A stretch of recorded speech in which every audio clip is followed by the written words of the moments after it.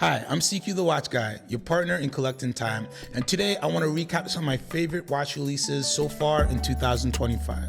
Let's dive in. Alrighty, let's get the party started. Hope everybody's having an amazing day so far. So we're only about halfway through February, a little bit over halfway through February 2025, but already so many great watches have come out. So I thought I'd go through all my favorites, give you some of my thoughts, some buying strategies on ways I think you should collect them, how you think you should collect them, depending your buying strategy.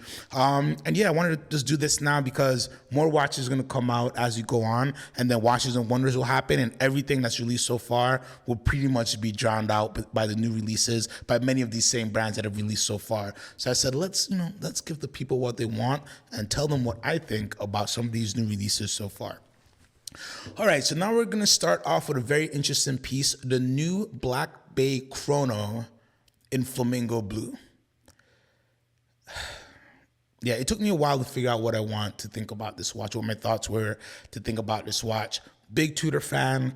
For over the past 4 to 5 years, you can find me all over the internet saying amazing things about Tudor. I just think for the price point, they give you a really good watch, and I just think they really worked on it being accessible. Even I think 3 years ago when the ceramic Black Bay came out, they were immediately available after announcement. You could buy it in Switzerland and then in dealers very soon after. So I love that. I love that they're releasing really cool, fun watches for not crazy price points on the retail side, and you can actually get the watch.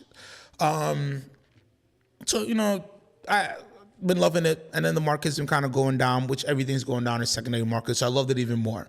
Then we got the pink Black Bay, and that one didn't make sense to me just because how it was released. It was released first as an Inter Miami limited edition or special edition. Then I had clients in Atlanta all over the world, not all over the world, but all over the country saying, hey, I'm getting this watch, loving it. But I was thinking you had to go to Miami to get it. So what happened with that is, the rumors were first there were only going to be 10 or 20 pieces. When they hit the market, the prices were insane. And then it floated down, and now they're still between 9,000 and 12,000. But there are people who paid, I believe, 24-ish or more to get one of the first ones. So, okay, whatever. That happened. Things happen. There's always blips in every situation, right? So now we have this Flamingo Blue. First of all, I just think the name just does not make sense because there are no blue flamingos. There are no blue flamingos. I looked it up and I see a bunch of pictures of blue flamingos. So I was like, oh man, it's just something I never heard about, but it's just like a myth. It's just like a thing that people made up. So for some reason, they decided to call it the Flamingo Blue. It's a turquoise or Tiffany blue, if you want to call it Tiffany blue. This turquoise has been used on Caribbean limited editions up and down from Breitling and so many others.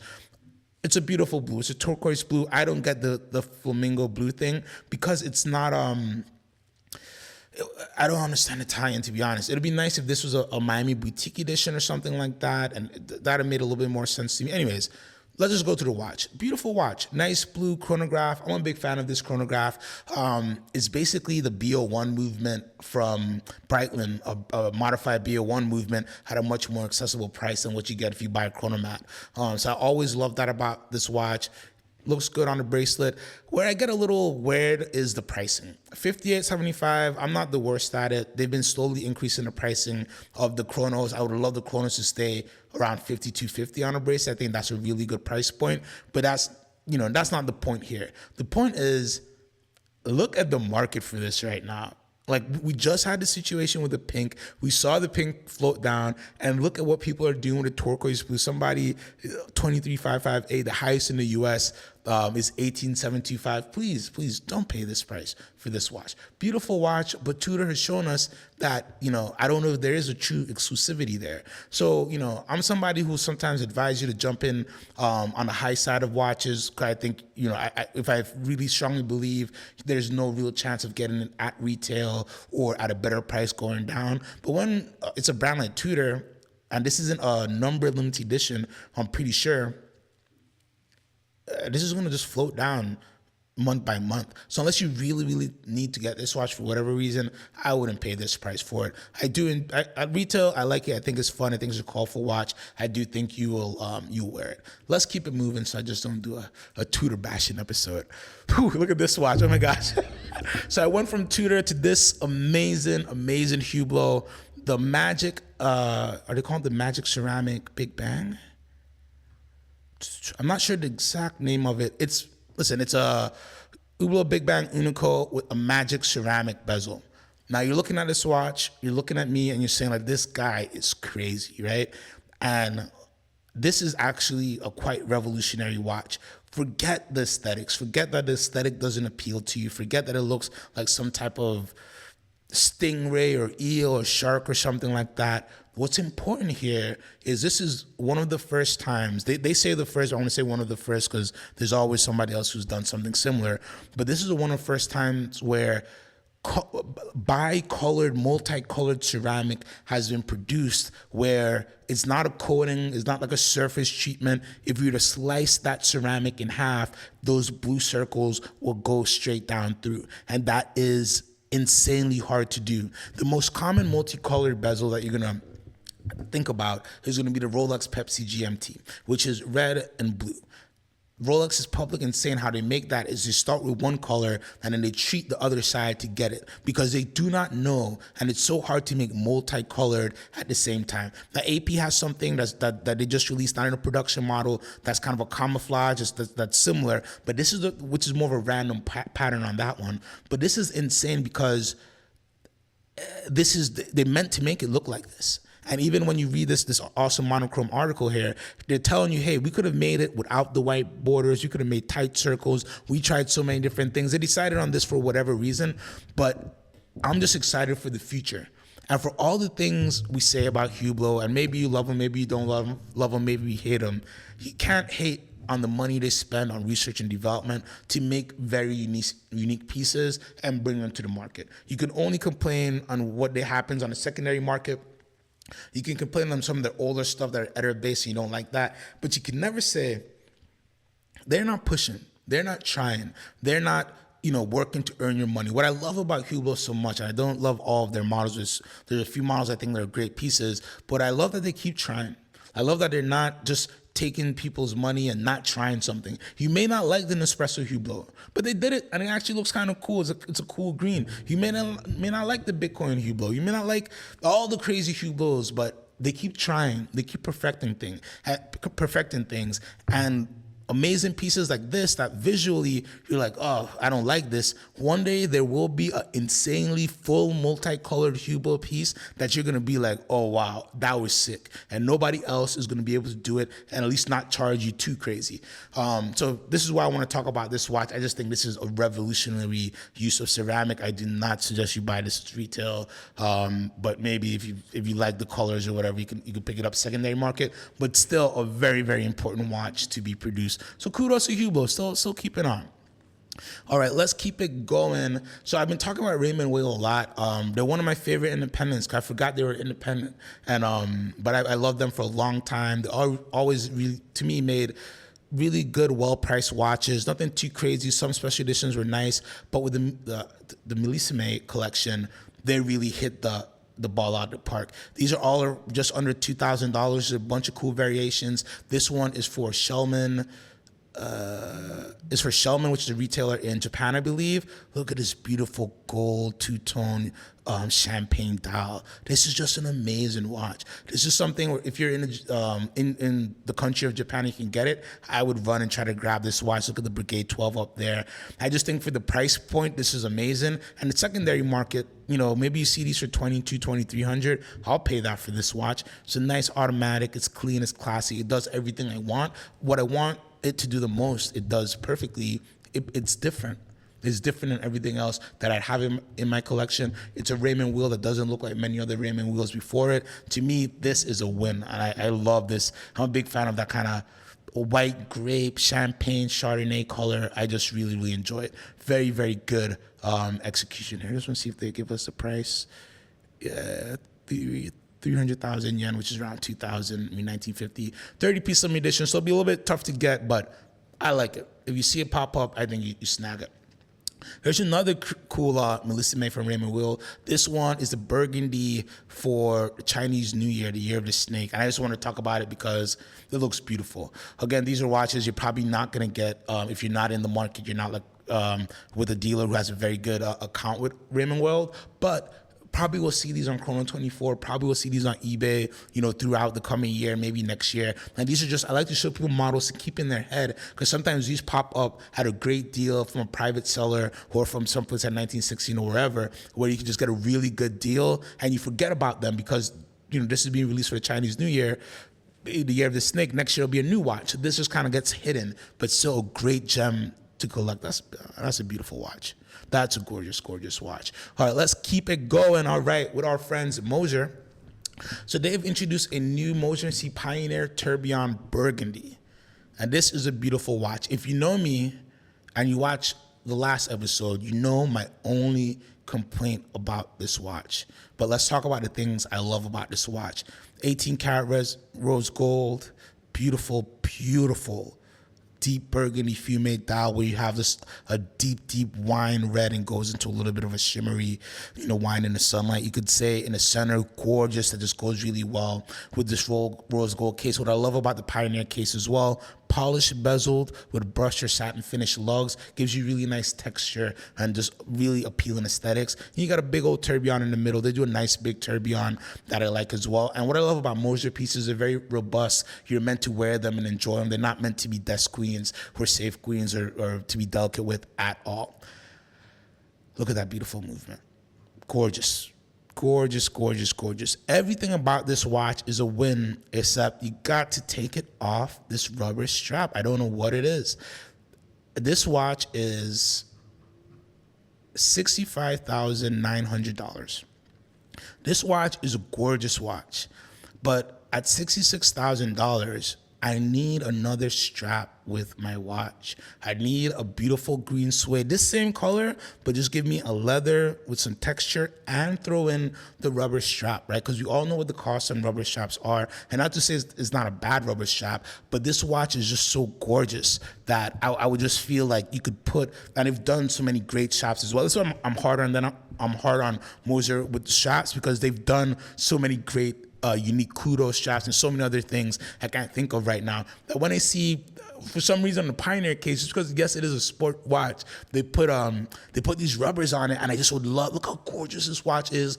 You don't tell me this wouldn't look good on a beautiful olive croc strap or olive suede strap with rose gold stitching. I'm just saying that would help sell this watch a little bit more.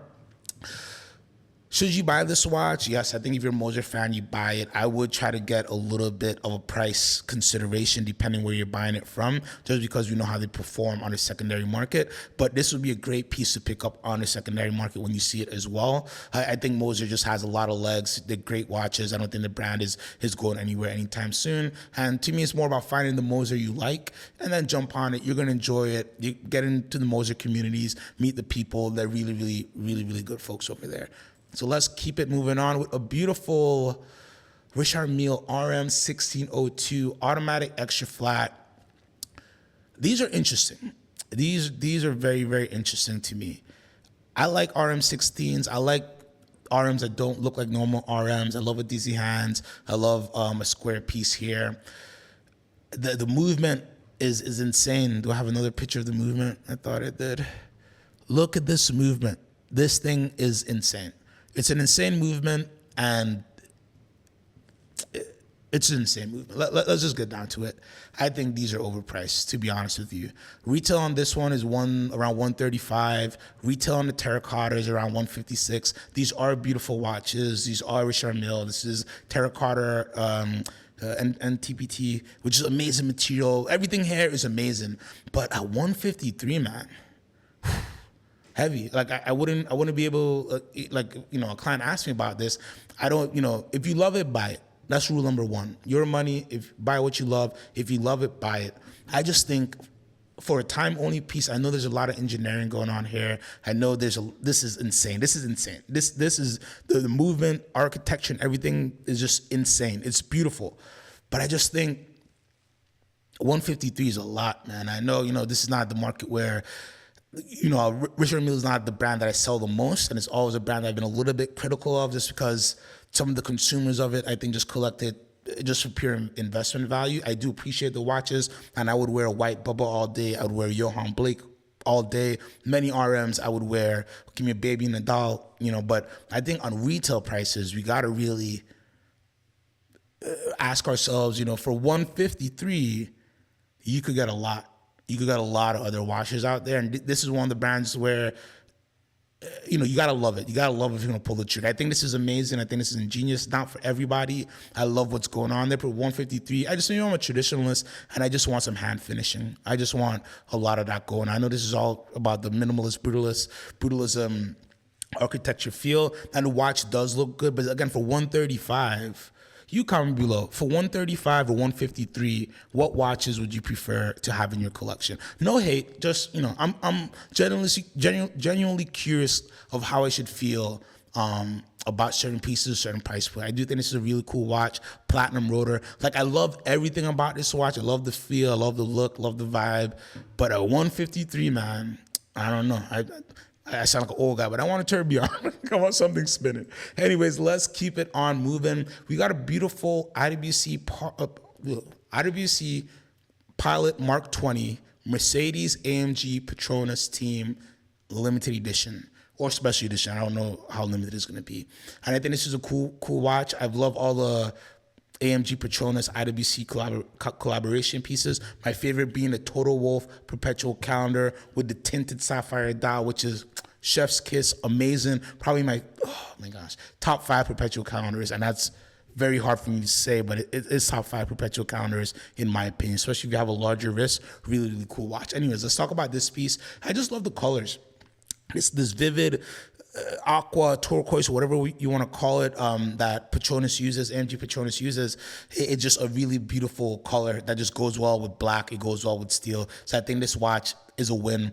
And what's fun about this watch is pilots or drivers aren't wearing this watch, but team members are, staff will be wearing it. So we wear this, you kind of get to be part of like the family of the staff who's running it. And I think clean, classy. I've been loving IWC these days. They haven't been doing too much wrong in my heads. And I think, what are we asking here? 6,100 USD, easy chain strap on it as well. Definitely get a couple different straps. I think I'm a fan of this 6,100. This is a good watch. Pick it up. No big pricing thoughts on this. Pick it up brand new, pick it up pre-owned. It's a fun watch. Enjoy it. I definitely got a black strap. Black with this color stitching, in my opinion, is the way to go. All right, now let's get into some Omegas, which is, they're having a good year. They're having a very, very good year. They were having a good last year as well. That ended with the Pilot Edition Speedmaster that's doing super well too. And they started the year off. Let me sip my chai so I don't lose my voice. All right, beautiful. Now we're better. So they started the year out with Omega Speedmaster Moonphase Meteorite, hitting the ball out the park. Really, really well done. Look at this dial. Beautiful, beautiful shade of Meteorite. So there's 2 versions. There's this stainless steel blue-centric version that has a lighter slice of Meteorite. Look at the Moonphase. It's polished Meteorite Moonphase. Nobody's doing this. Polished Meteorite Moonphases. I'm sure somebody else did it, but for the price point, chronograph, calendar, nobody else is doing it. This is another picture of the blue version. Is very nice. This is where it gets hard. There's a black version that is like, I've very rarely seen just dark treated Meteorite like this. That is just, it's awesome. It's awesome. These are the full shots. Which one do you pick? I don't know. I could easily see myself buying both. I think somebody could have both in their collection and it would be really, really good. Again, so you're getting a calendar, chronograph, beautiful slice of Meteorite, polished Meteorite, Moonphase, not photorealistic, but they look like the moon because it's part of polished Meteorite. Just amazing, amazing pieces. And the price point for these, manual wound, master coaxial movement, the movements that Omega gives, for the price point is just insane. Nobody else is even trying. Especially at that price point. I just want to come 17,000 MSRP. It's Omega, so you're probably gonna get a little bit of a discount as well. Solid for a Meteorite dial. For a Meteorite dial, calendar, chronograph, polished Meteorite Moonphase. At that price point, not complaining at all at 17. Good job, Omega. All right, I wanted to talk about these. So these came out the end of last year. Omega Seamaster Aqua Terra, what are they calling it? Gradient turquoise dial. I just want to talk about these because these are beautiful. Now remember, the Omega Aqua Terra is meant to, battle against the Rolex Datejust, right? The Datejust 41, Datejust 36. This or Datejust 36? It's conversation, right? It's a hard look. Of course, there's a lot of beautiful Datejust 36 and Datejust 41s, but look at this dial. Look at this, and these are gonna be under 10 grand. Look at this on the wrist. Beautiful, beautiful watches. I just like deep colors like this because even though it's a lighter shade of blue, because it's that fume style with that darkness around it, makes it super wearable. It's not a loud color. You don't need to coordinate everything you wear. I love that they took this picture and this person has this color cuff on, shirt on, because you could see white, red, blue, and this just stands out perfectly. That's a gorgeous watch. I'm mad I didn't hear about these before. Master coaxial movement, all that. And what are we talking, 7,300 euros, so what, around under 9,000 US, come on. For this, I think that's a win. Maybe you get a little bit of a discount depending where you're going. Maybe you get it on Chrono 24. That's a good watch to look out for. Now, this is going to be the last Omega I'm talking about today, and I think this is one of the best releases. So Omega is the partner for the Olympics for forever and ever and ever. Definitely check out the history there. Amazing stories. Anyways, so they always do amazing releases for the Olympic season. So they're starting off the run up to the Olympic 2026 in Milano with this beautiful 37 millimeter Milano Cortina 2026. This is gorgeous. So this is basically a faithful reproduction. Look at this watch of a watch they've been doing since the 50s. And this thing is 37 millimeters. It is automatic. It's an enamel dial. Google it. I don't have the time. But if you know, you know. It's enamel dial, 18 karat yellow gold, automatic movement, dog leg lugs, which I love. I didn't know I loved them. This is what it was inspired by. But like, look at the dog leg lugs. This is one it did for the Australian Olympics 10 years ago. But where we are now, this is gorgeous. Look at even the crown. Look at the bevels, the angles on the crown there. At 37 millimeter, and I'm not somebody who dips really below 39 much. I would definitely dip below 37 for this. You know the best part about this? It looks good. But you know the second best part? The price point. What's the price point we have here? 69 CH Swiss franc. So under 19-ish. US, under 20, I don't want to bring my calculator out, but under 20, 18 karat gold, moonshine gold, so it's a little bit paler what you want, 18 karat moonshine gold, automatic, enamel dial, limited edition for the Olympics, classic styling. This, I'm going to come back. I'm going to do the best watches of 2025 at the end of the year. I have a feeling, mark my words, this stays in the top 10. This is going in the top 10 from now. I dare say there will be, wars fought before this gets knocked out of the top 10 this year. Very, very good release by Omega. Get that however you want to get it. I'm not even talking discounts. I just think that's a beautiful watch. Of course, down the road, you'll probably find it at a good price, but I wouldn't be surprised if this sticks around close to retail. This is a beautiful, beautiful, well-made watch. They're not going to make a ton of them either. All right, let's keep moving on. So LVMH Watch Week happened not too long ago, and we got some good pieces from them, but this just happened today as I'm recording this. Some new tambours were released, so I wanted to go in and talk about these a little bit. So we have yellow gold, we have a new brown ceramic, chocolate ceramic with rose gold accents, and this is platinum with the baguettes, baby. Platinum with the rainbow baguette, everything. I wasn't sure which side of the fence I wanted to be on the Tambour line, but I'm a very big fan of what LVMH is doing. And as you go through the other LVMH pieces, you're going to understand what I mean. The investment that's being made into the Fabrique du Temps, which is their watchmaking arm that's being developed and headed on the management leadership side by Jean Arnault, who's a younger person who everybody's like, oh, this is a young kid who's managing things, but his head's in the right place. He's putting the money in the right place in terms of the development and the quality of the pieces that are coming out. And I think all questions that I've been having this year have gone away about the brand.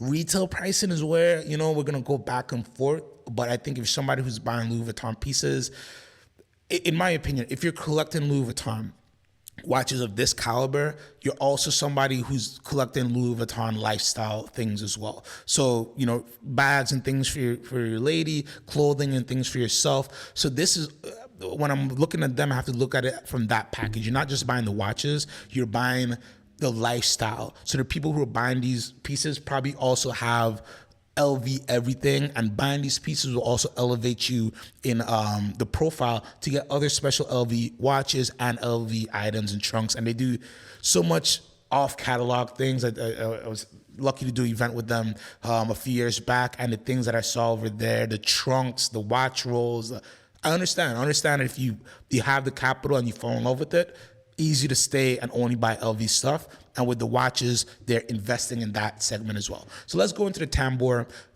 First, to understand why the Tambour looks the way it looks. Tambour is it means drum. So if you Google Tambour and you know this is meant to look like a drum, it starts to make all the sense in the world. So this particular one is brown ceramic with rose gold backing. It's kind of a rose gold skeleton. First of all, I think this execution I really, really enjoy. I like colored ceramics. I like brown ceramic. It's hard to do. I like rose gold and brown. So I think aesthetics wise, this hits the nail on the head. So this is interesting, and you basically using a gold skeleton underneath the ceramic links there. So it gives you the nice effect of these gold plots, but it also gives you some extra structure here. And honestly, a really cool look when you flip the watch over, and then the case back as well. As you can see, there's a solid rose gold. So this is a really, really interesting watch. $68,000. I know, right? $68,000. I don't know. The problem that I have, to be honest with you, is just I'm not sure what the price of ceramic is. You know, so I don't know, because Hublot gives you ceramic at 20, 25, 30, you're in all type of ceramics with complications with Hublot. AP as well gives you ceramics that are more high price, but I never know where to value ceramic, to be honest with you. I know they did an amazing job on this, the movement's good and everything like that, but yeah, this is the only one I really want to cover really, really in depth. This is platinum. You know, if it's for you, it's for you. I don't think it's a bad looking watch. It's just the price. I don't know if I'll ever see. This one's interesting as well. If you love the case style, you'll go with the orange gems there. I think this is a beautiful piece. This is the back of that rose. And it's a well done movement as well. Well done movement, really, really good everything in there. But again, 68,000, 118 for the yellow gold. 136 for the platinum. It's just a little rich, because then like you go to the normal pieces, the steel is 89. So if you're telling me for just a ceramic case at 68, I guess it makes sense, but it's, I don't know. Same thing with the gold. The gold kind of makes sense, but it's like, the gold makes sense just for the pricing of normal things. But again, I think with these, you really have to love them to buy them. You know, I think they're interesting watches, but you got to love them and you got to be buying into the whole thing. The watchmaking that's inside, amazing stuff there. But like, I just don't know where these are on the market in the future. And I'm doing these videos as, you know, somebody who's advising on collecting watches, especially concerned on the secondary market. So I don't want to be fake and say, hey, you know, it's 54. I think it's worth 54 in the market. I think if enough people buy it, it'll be worth that. But I think you probably see that at discount eventually as well. Not to say they're not bad watches, because there's nothing wrong with watches going for discount or secondary market. It's kind of natural. Anyways, let's keep it moving, because they had a showstopper of a year, and this is where I say, okay, I don't care anymore, because they're just making amazing watches. So these are Louis Vuitton Tambour Taiko spin series, and there's a few different variations. The main crux of everything is it's like a jumping hour. Let's get a better picture. There you go. So it's kind of a jumping hour in where every cube spins, you know, and depending on the watch, they do different things. So this one has all the numbers there. It's a full skeleton dial, whatever you want to call it, with a tourbillon inside. That's insane. And then the hour minute will flip, and it's highlighted in white. Everything else is blue, so you know what time it is. Then they also have, let's see if we got some better pictures here. They also have another version Will you? There we go. I just want to make it bigger.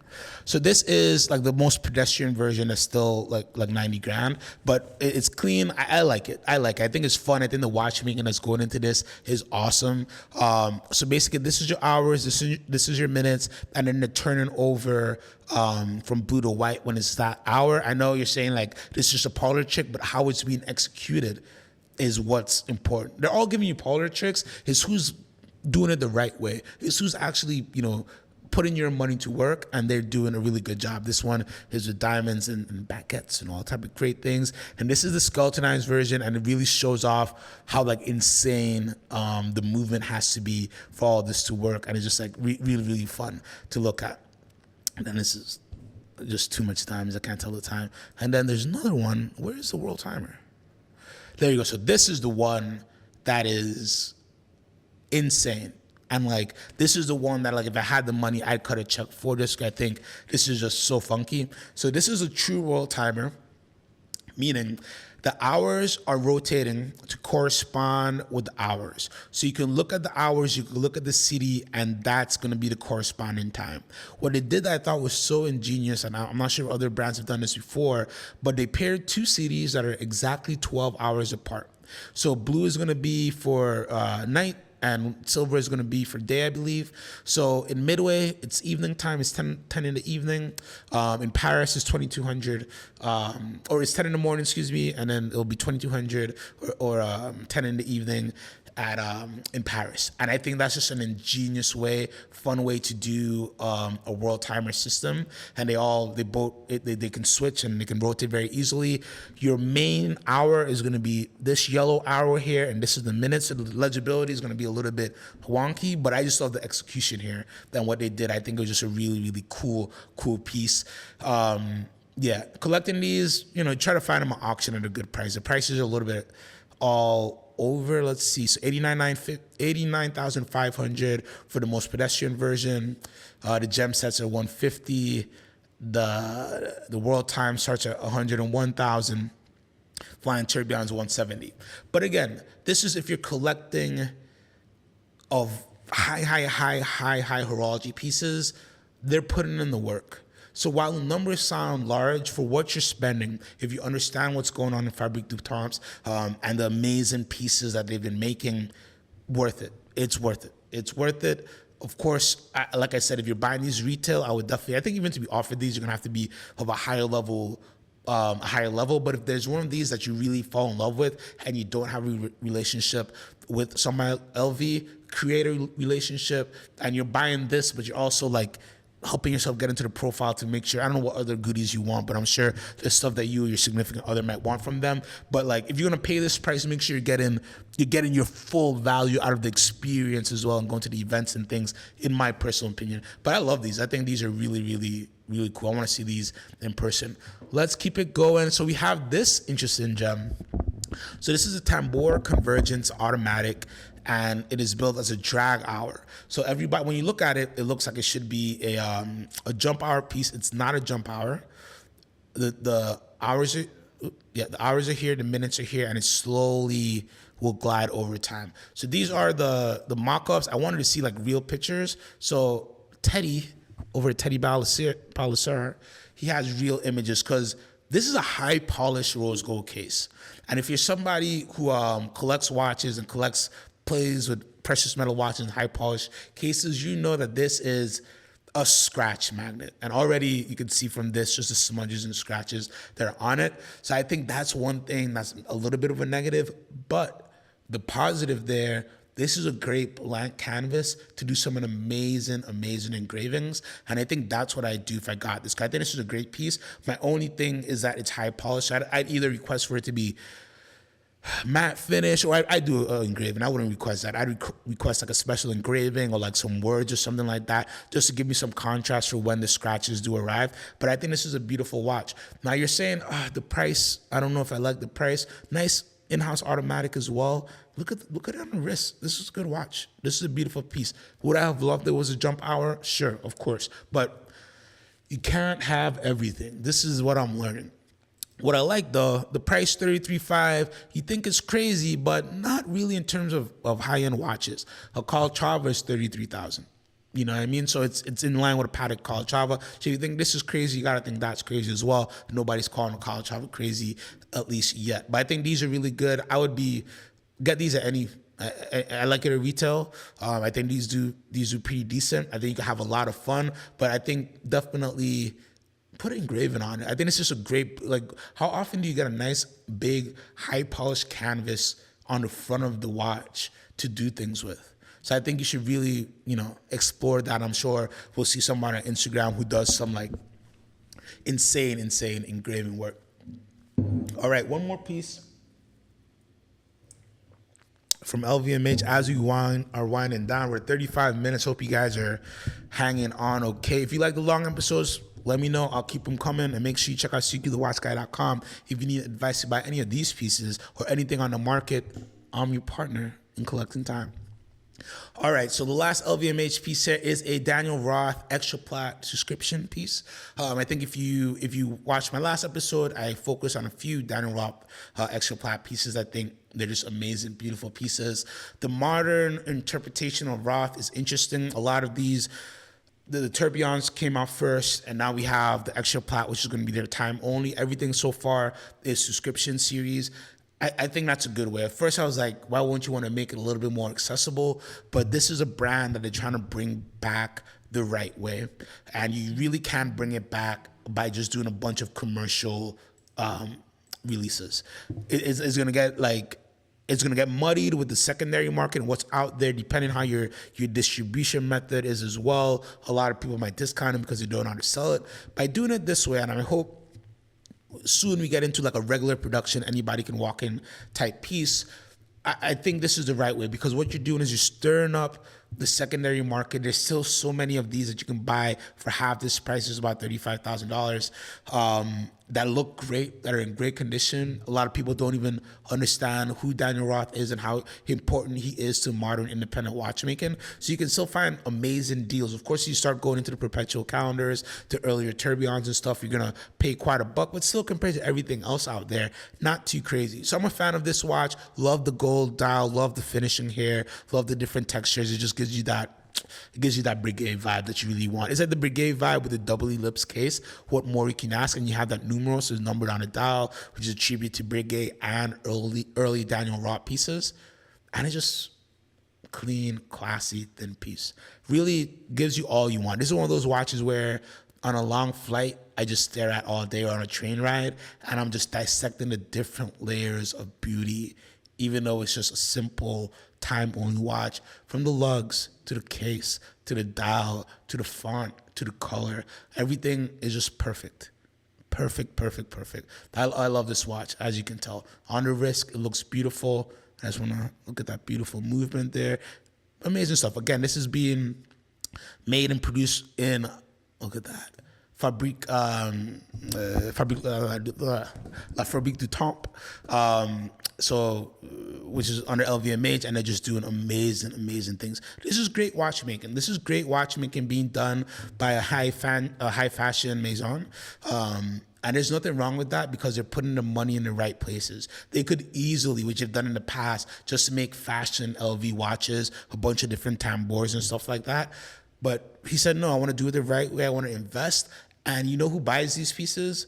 Real watch guys, real like heavy watch guys.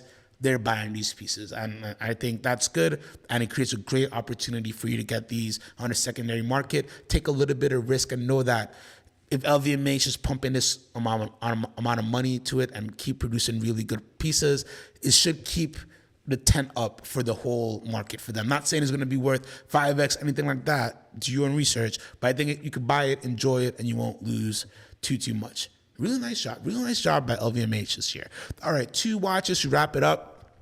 And this one just dropped today. I did hear some rumors about it before it dropped, but it dropped today. And this is the new Laurent Ferrier Classic Traveler Globe Night Blue. This article is from Monochrome Watches. I love Monochrome Watches, by the way. They give you really great in-depth articles with some amazing writing, some good scholarship goes on there. Go through the catalog, you can find some good stuff. So I talk about Laurent Ferrier a lot. It's Patek in the future. He's amazing. He does great stuff. Love the Traveler.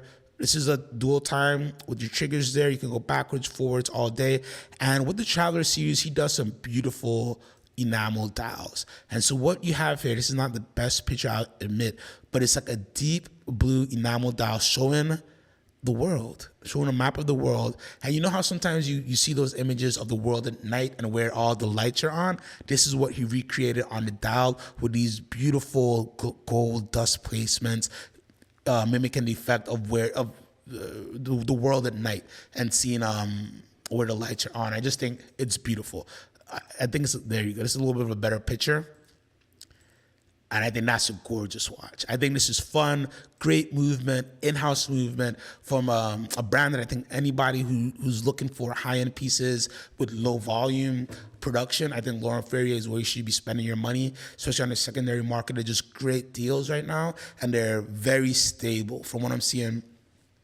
Not the most liquid out there, but I don't see crazy deals besides the not popular stuff. So the school pieces and some of the square pieces, but even those you're seeing slowly kind of tinker up. And with LF, I've already said the biggest issue is their biggest blessing. They make amazing limited editions and special editions like this piece. So I think you should hunt this one. Retail on it is 90, which is what all their travelers are with enamel and stuff on it.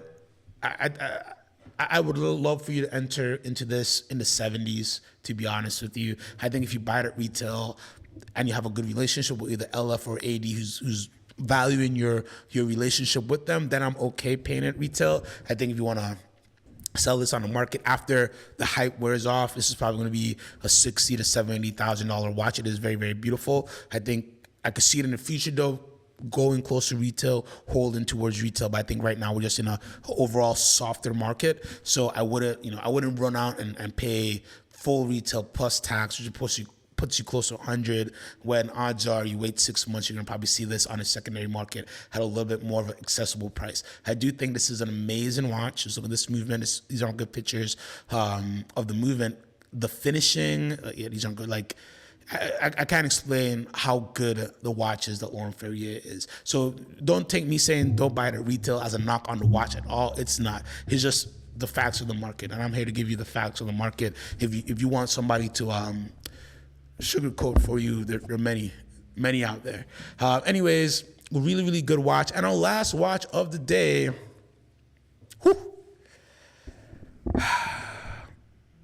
Gruber Forsey Handmade 2.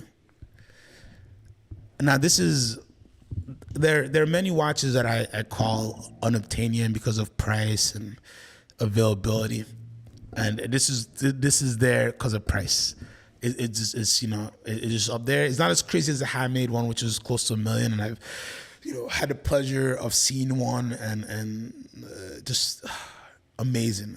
This is everything we love in watchmaking. If you appreciate horology, if you appreciate traditional watchmaking techniques and artisanship, this is all you've ever wanted. It's over 600,000, but for good reason. The only things that aren't handmade on this watch are the sapphire crystals. There's some gaskets in there, and then that's about it. I think even the strap they're doing.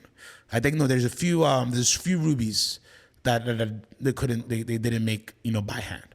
Everything else on this watch, case, crown, everything is made by hand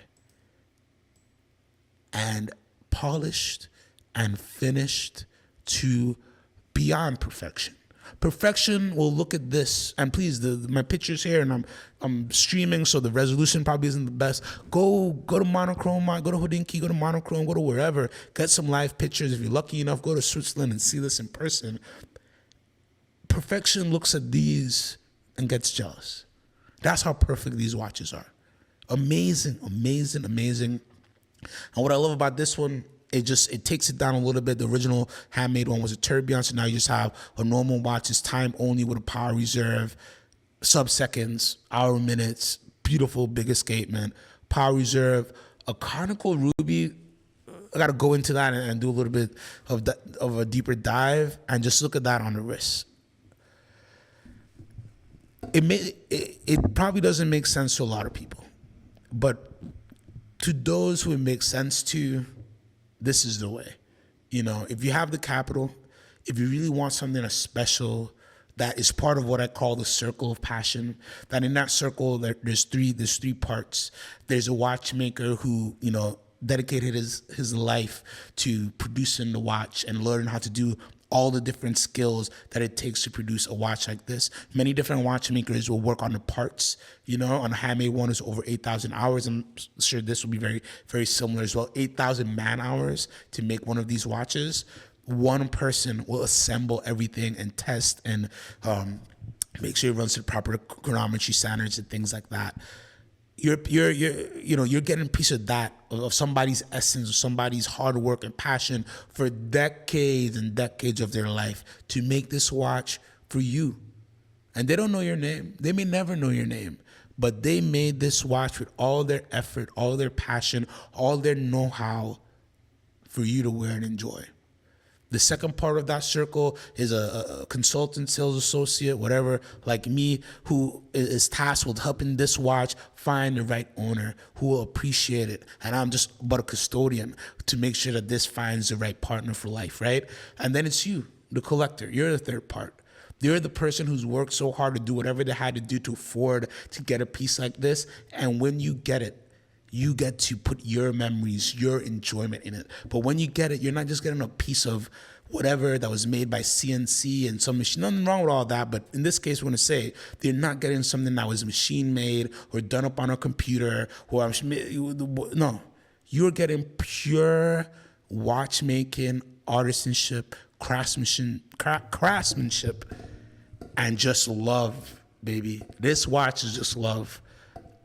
Blood, sweat, and tears in the most beautiful way of the expression are all over this watch. So this is one of those cases, and this is why, you know, when I see a piece at the RM, I get a little, I don't know, because it's like, you know, the prices are different, but even you could get Rubles for 150, 160, and you get a lot of that same passion and love. And here I'm spending over 600,000, but it's worth it because of what went in to make it. And there are very, very few watches that are at these type of price points, you know, that you could really, I could sit down for like a whole day and pick part, piece by piece, what was done on this watch, how hard it is to even become talented and to do this and to polish the right way and to do, this is what it's about. You know, not for everybody, the price point's up there, but, you know, when I saw Zuckerberg wearing this, I said one of two things. Not this, he had the handmade one. Either he turned into a watch savant overnight, or the people that are helping him acquire these watches want him to follow the right path. You know, they don't want him to get just stuff. They want him to get things that are really part of horology and part of history. And that's what you get when you buy Hublot and when you buy something like a handmade one. I'm CQ the Watch Guy, your partner in collecting time. I hope you enjoyed this video so much. I want to thank you so much for supporting me and watching this video. Please like, comment, and subscribe. It does so much for the video. Comment, let me know what was your favorite watch of the, 15 watches I've talked about today. If there's another watch that you saw that I didn't talk about, tell me about it so I can do a video talking about that. And if there's any other comments or anything like that, or questions you want me to cover on the channel, please let me know. And you can reach out to me at cqthewatchguy.com if you want bespoke watch advice to help you build your dream watch collection. Again, thank you so much, and I hope you have an amazing day. See you on the next episode. Buy what you love.